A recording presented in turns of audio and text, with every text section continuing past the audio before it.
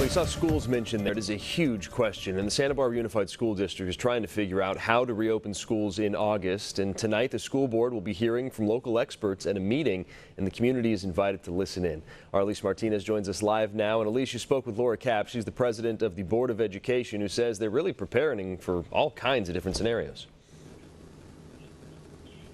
Joe, the Santa Barbara Unified School District is under a lot of pressure to get kids back in school while keeping the kids and the teachers and the staff safe. And there's still a lot that we don't know about the coronavirus when it comes to kids. The CDC says that kids who are infected with the virus are unlikely to face significant illness, but the CDC also says that kids can pass the virus to others. And on the CDC website, it says that when it comes to schools, the highest risk is full-size in-person classes, activities, and events. But there are other doctors and researchers who suggest that kids don't likely play a significant role in transmission, but they also recognize that they don't fully understand all of the risks yet either. Just yesterday, Los Angeles and San Diego public schools announcing they will be starting the school year remotely as coronavirus cases rise there.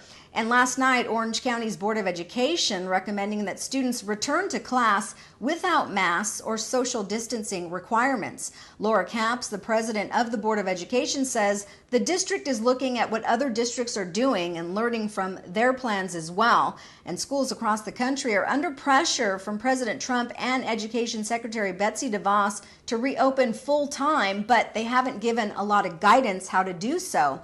The Santa Barbara Unified School District oversees 21 schools with 14,000 kids, grades K through 12.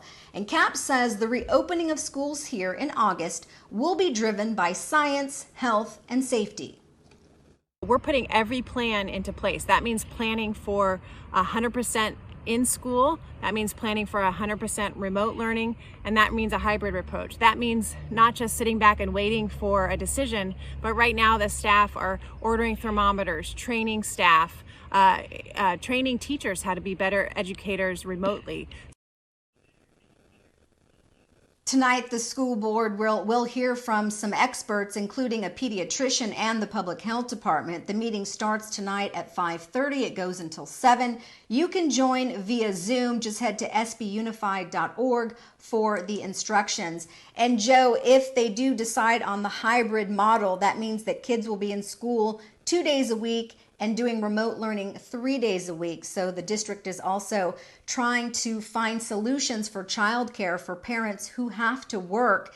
And that's really going to affect our low-income families in this community. So they'll be discussing those plans as well. Now, they plan to announce what they're going to do on July 21st, and school starts on August 18th. They're also going to be discussing whether or not that kids will have to wear masks. So they got a lot to do before that deadline. Joe? All right, Alicia, there's so much that goes into it. Thank you for that, and we'll be tuning in tonight for sure.